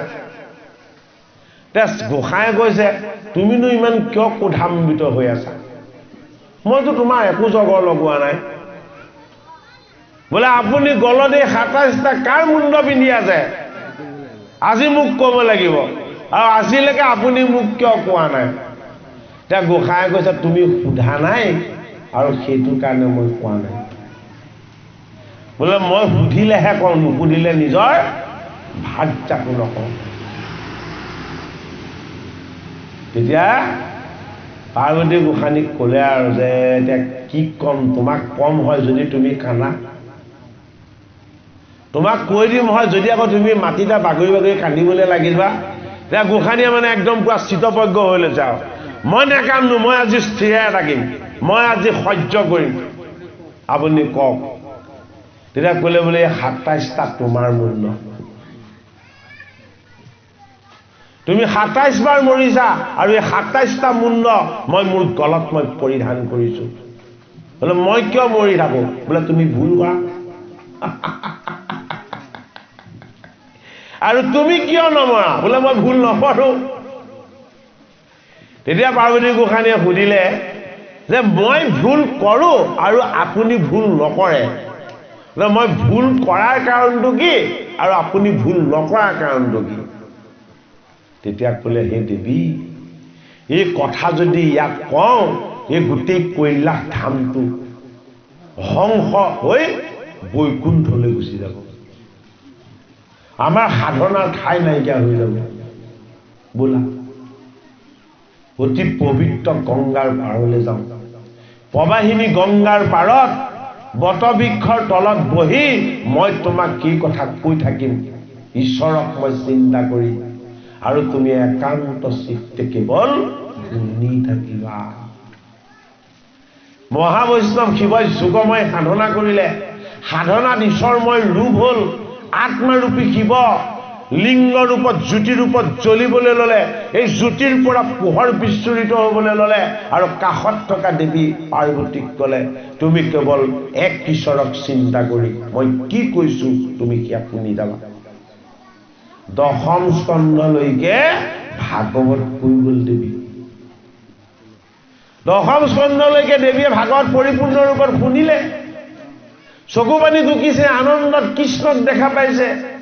যিসকলে ভাগৱত শুনিছে সেইসকলক দেখা পাইছে, কোনে কাক কেনেকে কৈছে সকলো দেখা পাইছে। শিৱই যি কৈ আছে দেৱীয়ে সেয়া দেখি গৈছে। কিন্তু যেতিয়া একাদশ স্কন্ধ হ'ল, নিমি নৱসিদ্ধ সংবাদৰ উপগত হ'ল, এই শিৱই কৈ আছিলে, যিজন নাৰদে আহি প্ৰশ্ন সুধিছিলে সেই নাৰদৰ কথা ক'বলৈ ল'লে, বোলে বসুদেৱৰ কি হ'লে এতিয়া নাৰদ অতিথি হৈ যাব। শিৱৰ কি হ'লে অতিথি হৈ আহিলত পাৰ্বতীয়ে ভাগৱত পালে, এইবাৰ বসুদেৱৰ কি হ'লে নাৰদ অতিথি হৈ যাব বুলি যেতিয়াই দেৱীক ক'লে, দেৱীৰ আত্মাটো মুক্ত হৈ গ'ল। কি হৈ গ'ল? বন্ধন মুক্ত হৈ গ'ল। দেহ কি হৈ গ'ল? দেহ স্বৰ হৈ গ'ল। এই বসুদেৱ নাৰদ সংবাদ, উদ্ধৱ কৃষ্ণ সংবাদ, এই একাদশ স্কন্ধৰ কথা দেহে শুনিব নোৱাৰে। এই আত্মাৰ কথা, মুক্তিৰ কথা, জীৱৰ শ্ৰেষ্ঠ মুক্তিৰ কথা আছে। সেইটো কাৰণে কিহে শুনিলে? দেৱীৰ আত্মাই শুনি থাকিলে। দ্বাদশ স্কন্ধ সম্পূৰ্ণ কৰি মহাবৈষ্ণৱ শিৱই ভাগৱত কথা সামৰি যেতিয়া ক'বলৈ ল'লে, এইদৰে মাৰ্কেন্দ্ৰেয় ঋষিয়ে সপ্তকল্প কেৱল মায়া দৰ্শন কৰি আছিল, কিয়নো তেওঁ জনা নাছিল তুমি পাৰ্বতী আৰু মই শিৱ ঈশ্বৰৰে। সেইটো কাৰণে কৃষ্ণক ধ্যান কৰোঁতেও আহি তেওঁ পাৰ্বতী আৰু শিৱকেই দেখা পালে, আৰু অন্তিমত কি হ'ল, তেওঁ মায়া ভংগ কৰিবৰ কাৰণে এটি বটবৃক্ষৰ পাৰত আমাৰ স্বামী যোগেশ্বৰ কৃষ্ণই এটি দিব্য শিশু হৈ বাল মুকুন্দ ৰূপত যেতিয়া বটবৃক্ষৰ পাতত এই অমৃতময় কৃষ্ণই যেতিয়া বৃদ্ধ আঙুলিৰে সৈতে অমৃত পান কৰি সমস্ত জীৱক সমস্ত জগতক মই স্বৰূপ বৈষ্ণৱকো তেখেতে অমৃত পান কৰাই আছে। এই দেৱী এই অমৃত পান কৰিবলৈ কেৱল ভাগৱততে পোৱা যায়। তাৰপাছত চাইছে দেৱী নাক বজাই টোপনি গৈ আছে। যে মই কোৱা কথাখিনি কোনে শুনি আছিলে? এই দ্বাদশ স্কন্ধৰ পৰা ভাগৱত কোনে শুনি আছিলে? তাৰপাছত দেখিছে বিৰিখৰ ওপৰত এটা পোক পক্ষী আছে। এই পক্ষীটোৱে শলাগি আছিলে, এই পক্ষী আমাৰ প্ৰাণ পক্ষী। এই পক্ষী জীৱৰ জড় বন্ধনৰ পৰা মুক্ত আত্মপক্ষী। এই প্ৰাণেই পীতাম্বৰৰ তত্ত্বত ভাগৱত পাব পাৰে আৰু ভাগৱত ভগৱন্তৰ চৰণৰ আশীৰ্বাদ ল'ব পাৰে। প্ৰাণতেই ঈশ্বৰ তত্ত্ব প্ৰতিষ্ঠা হৈ আছে। তিনি গুণত বাস কৰা মহাবৈষ্ণৱ শিৱই মই কোৱা ভাগৱত কোনে শুনি আছিলে শলাগি আছিলে বুলি, হে ত্ৰিশূল তুমি তাক ধৰি আনা, এই বুলি হাতৰ পৰা ত্ৰিশূল এৰি দিলে। আগে আগে সুখ, পাছে পাছে ত্ৰিশূল। লোভ, মোহ আৰু কাম, এই তিনিটা তত্ত্বক একত্ৰে যি ধাৰণ কৰে সেয়া হ'ল ত্ৰিশূল। ইয়েই জীৱক জড়তাৰ পৰা আকৌ বন্ধন কি মুক্ত হোৱা জীৱক আকৌ বন্ধনলৈ আনিব পাৰে। কি হ'ল? অৰণ্য ব্যাস ভাৰ্যাই আশ্ৰম শাৰী শাৰী আহি ৰাস্তাৰ পদূলিৰ মুখ পাই হামিয়াই দিছিলে আৰু এই সুখ লাহেকে গৰ্ভলৈ সোমাই গুচি গ'ল। কি হ'ল? শিৱৰ ত্ৰিশূলে ব্যাস ভাৰ্যাক প্ৰণাম কৰিলে। হে দেৱী, মই নোৱাৰো, মইতো তোমাক স্পৰ্শ কৰিব নোৱাৰো, তুমি টিকালজ্ঞ দেখি বেদব্যাসৰ ভাৰ্যা। মোৰ লক্ষ্য বস্তু যেতিয়া তোমাৰ গৰ্ভস্থান ললে, এতিয়া আৰু ইয়াক মই কেতিয়াও চুব নোৱাৰিম। নমস্কাৰ আৰু সেৱা কৰি ত্ৰিশূল আকৌ আগৰ ঠাইলৈ গুচি গ'ল। আৰু লগে লগে পাৰ্বতী গোসানীক গোসাঁয়ে জগাই দিছে, হে দেৱী, হে দেৱী, হে দেৱী। তেওঁ জিকাৰ খাই তেতিয়া সাৰ পাইছে, যিহেতু এই প্ৰাণপুখী আকৌ দেহ তত্ত্বৰ স্থিতি ললে। কিমান আত্মা ঈশ্বৰৰ গভীৰ ৰহস্য চাওক। আত্মা এটাই, সকলোতে স্থিতি লৈ থাকে, ইয়াৰ কোনো ভেদ নাই। ইয়াক কেতিয়াও ভেদ দৃষ্টিৰে চাব নাপায়। অৰণ্যৰ গৰ্ভত নোসোমোৱালৈকে দেৱী প্ৰস্তৰ মূৰ্তি হৈ আছিল, আৰু অৰণ্যৰ গৰ্ভত যেতিয়া সেই আত্মা সোমাই গ'ল, দেৱী আকৌ চৈতন্য হৈ গ'ল। ২৭ বাৰ দেহ ত্যাগ কৰিছে আৰু ২৭টা মুণ্ড শিৱই পিন্ধিছে। কিয়নো এই দেহৰূপী পাৰ্বতীক মহাবৈষ্ণৱ শিৱই ভাৰ্যা ৰূপেৰে সদায় স্বীকাৰ কৰে। মাতৃৰ গৰ্ভত এই সুখ ১২ বছৰ থাকিল, ভূমিষ্ঠ নহয়। আৰু ১২ বছৰৰ অন্তত বেদব্যাসে আহি তেওঁ এই পুত্ৰ গৰ্ভত থকা পুত্ৰক গম পালে, এইটো মহাভাগৱত, এয়াই ঈশ্বৰ, এইটো সাধাৰণ পুত্ৰ নহয়, ই ১২ বছৰ হ'ল গৰ্ভতে আছে, ই কিয় জন্ম নহয়। বেদব্যাসে হৰিক চিন্তা কৰিলে। সমাধিত যিজন হৰিক তেওঁ সদায় সাক্ষাৎ কৰে, সেইজন হৰিক চিন্তা কৰি তেওঁ প্ৰশ্ন কৰিলে, হে মোৰ পুত্ৰ, তুমি গৰ্ভত থকা ১২ বৰ্ষ হ'ল, তুমি কেতিয়া ভূমিষ্ঠ হ'বা? আত্মাৰূপী সুখে গৰ্ভৰ পাই মাত দিলে, জগতৰ হৰিৰ কৃপাতেই মই মাতৃৰ গৰ্ভত স্থিতি লৈছো। যিদিনাখন মোৰ হৰিয়ে আহি মোক দুহাত দাঙি আশীৰ্বাদ গৰ্ভত থাকোঁতেই দি দিব যে পিতৃৰ মোহ আৰু মাতৃৰ মায়া, এই দুটা বস্তু আৰু তোমাক বান্ধিব নোৱাৰে। সেইটো কাৰণে তেওঁ বৈষ্ণৱ হ'ল। সেই বৰটো লোৱাৰ কাৰণে তেওঁ বৈষ্ণৱ হ'ল, জন্ম হওঁতে লৈছিলে, ভকত নহ'ল। সেইটো কাৰণে পিতৃৰ মোহ আৰু মাতৃৰ মায়াই যাতে মোক বান্ধিব নোৱাৰে। তেতিয়া টিকালজ্ঞ দেখি বেদব্যাসে নিজে সমাধিত ঈশ্বৰক উপাসনা কৰিলে, হে ঈশ্বৰ, এই পুত্ৰক তুমি আশীৰ্বাদ দিবলৈ কেতিয়া আহিবা? আৰু সমাধিত কৃষ্ণই ক'লে যে ময়েই কৃষ্ণ দ্বৈপায়ন, তোমাৰ আৰু মোৰ মাজত কায়ৰ পাৰ্থক্য আছে, আত্মাৰ পাৰ্থক্য নাই। তুমি দুহাত দাঙি পুত্ৰক আশীৰ্বাদ দি দিয়া যে ময়েই তোমাৰ পিতৃ, ময়েই তোমাৰ গুৰু, ময়েই তোমাৰ ঈশ্বৰ, ময়েই তোমাৰ ভগৱান, মই তোমাক আজি আশীৰ্বাদ দিছো। পিতৃৰ মোহ আৰু মাতৃৰ মায়া, এই দুটা বস্তু আৰু তোমাক স্পৰ্শ কৰিব নোৱাৰে। লগে লগে ১২ বছৰৰ এটি পুত্ৰ হৈ জন্ম হৈ দিলে, শিশু হৈ। জন্ম হৈয়ে লগে লগে দৌৰিবলৈ ল'লে, বিচিত্ৰ সন্তান। কলৈ? অৰণ্যৰ ফালে, অৰণ্যৰ পুত্ৰ। সাধনাৰ কাৰণে, উপাসনাৰ কাৰণে, তপস্যাৰ কাৰণে। শুক নিগদতি পৰীক্ষিত, মই মাতৃৰ গৰ্ভত থাকোঁতেও ঈশ্বৰ চিন্তা কৰি আছিলোঁ, মই পাৰ্বতীৰ লগত থাকোঁতেও ভাগৱত কথাই শুনি আছিলোঁ। সেইটো কাৰণে মই গুণত নাই, মই নিৰ্গুণ। আৰু হে পৰীক্ষিত, তোমাৰ মাতৃয়ে অস্বস্থমাৰ ব্ৰহ্মাস্ত্ৰৰ পৰা তোমাক চৈতন্য কৰিবৰ কাৰণে ভগৱান কৃষ্ণৰ নাম লৈ গৰ্ভত যেতিয়া স্পৰ্শ কৰিছিলে, আংগুষ্ট প্ৰমাণ ৰূপত কৃষ্ণ প্ৰৱেশ হৈ তোমাকো গুণৰ পৰা মুক্ত কৰি দিছিলে তুমিও নিৰ্গুণ হৰি নিৰাকাৰ তত্ত্বত প্ৰৱেশ কৰিছিলা ময়ো মাতৃৰ গৰ্ভতেই নিৰ্গুণ তুমিও মাতৃৰ গৰ্ভতেই নিৰ্গুণ সেইটো কাৰণে পৰম আনন্দ ৰসময় কোটি সূৰ্য সম প্ৰকাশ হয় মহাভাগৱত নোহন্ত জাবি বিকট এই ভাগৱত কথা যদি শ্ৰৱণ কীৰ্তন কৰা যায় আমি গুণময় হৈ কালৰ অধীন হৈ আমি যদিও জীৱন পাইছো এই কথাৰ শ্ৰৱণ কীৰ্তনে আমাক গুণৰ পৰা মুক্ত কৰিব কালৰ বন্ধনৰ পৰা আমাক কি কৰিব উদ্ধাৰ কৰিব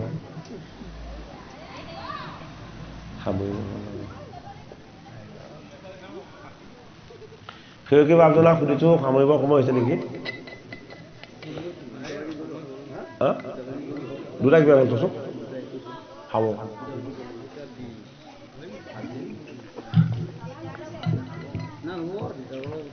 গৰম পানী খাই খাই কৰি আছো মাতটো অলপ বহি গৈছে নহয় বাৰু ঠিক আছে অকণমান পাঠ কৰি সামৰি দিওঁ কোনখিনি থাকিলে এই 24 চন্দ্ৰটো পৰা সামৰি দিয়া হ'ল ন 24 চন্দ্ৰতে সামৰি দিয়া হ'ল ছবিখনে আছে আকৌ হয় না তাতে সামৰি দিয়া হ'ল 24 চন্দ্ৰখন সামৰি দিয়া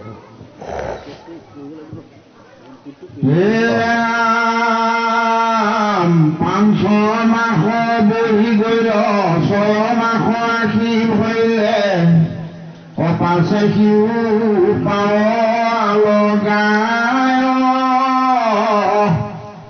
অবিদ্যানুষ্ঠি ভূমি চুই থাকি লন্ত থিয় হৈ ওপৰক তুলি বাহুদুৰি জগত আধাৰ হৰি তাহান্ত হৃদয় ধৰি যেখনে লাৰম্ভ ধুৰে ভৰি ঐ ভীতি অৰ্ধক চলে সি ভীতি অৰ্ধেক পৰে কলবল কৰে বসুন্ধৰি যেন হস্তি চৰে নামে যেই ভিত্তি লৰে পাৱে সেই ভিত্তি নাও হয় কাটি অকুমৰ পৰিভৰে সেই ভাৱে মহিলৰে অচৰাচৰ ভয় ভৈলায়াতি পাছে ধৰুকে মাধৱক কৰি নিয়া ইদিগত বায়ুক নিৰোধী স্তম্ভিৰৈলা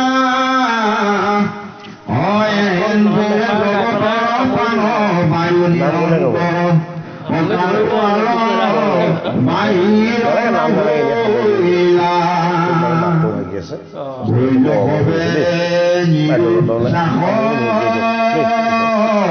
মিলিল সমাৰো কাষ কাৰো আৰ নাহি মাত কাৰো নাহি সিদ্ধি যেন জল ধৰ ব্ৰাহ্মী অপেক উঠন দিল যেন ঢোল নাপালে নিশ্বাস চাহ সবে ভৈল মহাকাশ পৰম বিস্ময় দুখ মনে অভ্ৰমায় আজি দেৱগত মাধৱ চৰণত মৃত্যু ভয়ে পখিল শৰণে তাহি তাহি কৃষ্ণ কৰি আগে দণ্ডৱতে পৰি কৰজোৰে কৰন্ত কাপ অনাজানো কাৰণ আৰু কিবা হেতু জগতৰ চাহবন্ধ ভৈল সমস্ত তুমি জগতৰে প্ৰাণ তুমি বিনে কোনে আন ইটো দুখ পাৰে খঞ্জিবাৰে হেৰা নিম্ন মানৱ ভৈলো চৰণে শৰণ লৈলো প্ৰাণ ৰাখা ইবাৰ আমাৰে দেৱতাৰ তুতি নতি শুনি ত্ৰিজগতপতি অহাস্য কৰি দিলাস নিধান ধ্ৰুৱে সেধাৰণা ধৰি পাণবায়ু বদ্ধ কৰি সবাৰো নিৰোধিয়া সে প্ৰাণ তোমাহাৰ ভয় নাই মই যাই বুটাৰ ঠাই ত্ৰিজগতে লবিবা উশাহ তাহাৰো মনৰ যত সাধি অভিমত হেৰা চলি যাওঁ তাৰ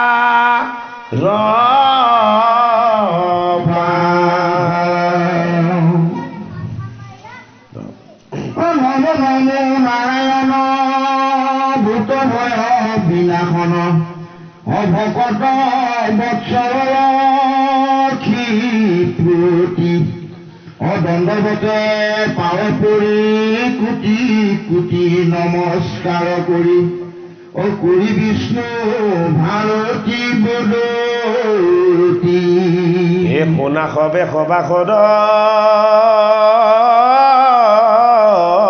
হে মহাভাগৱত পদ চতুৰ্দশ নৰক থাকাৰ হৰিক হৃদয়ে ধৰি ডাকি বোলা হৰি হৰি হওক কোতে পুৰুষ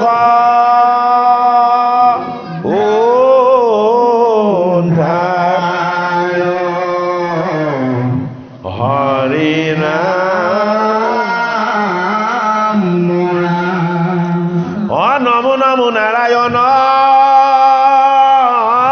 অভৃত ভয় বিনাশন ভকত বৎসল লক্ষ্মীপতি দণ্ডৱতে পাৱে পৰি কোটি নমস্কাৰ কৰি কবি বিষ্ণু ভাৰতী বদতি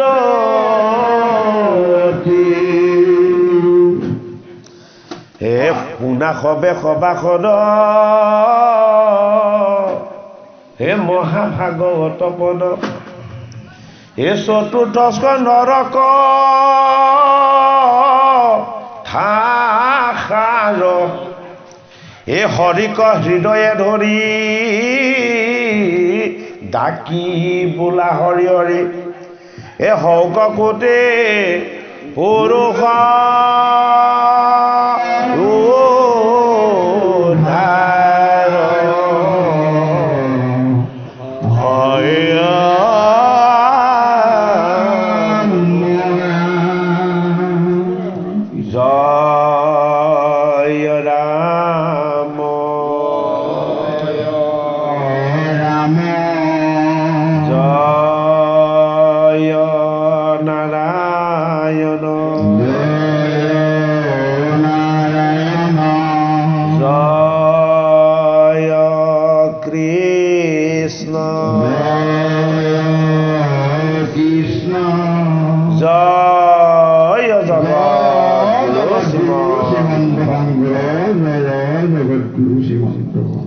অপৰাধ বিনাশন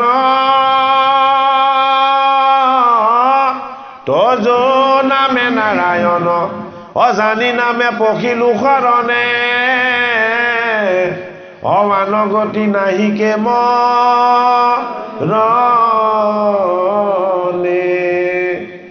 অপৰাধ ক্ষমা কৰি তুমি নাই আখিল হৰি মোক ৰক্ষা কৰিও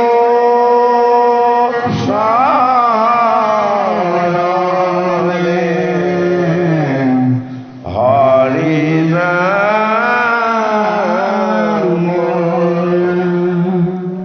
শ্ৰীমন্ত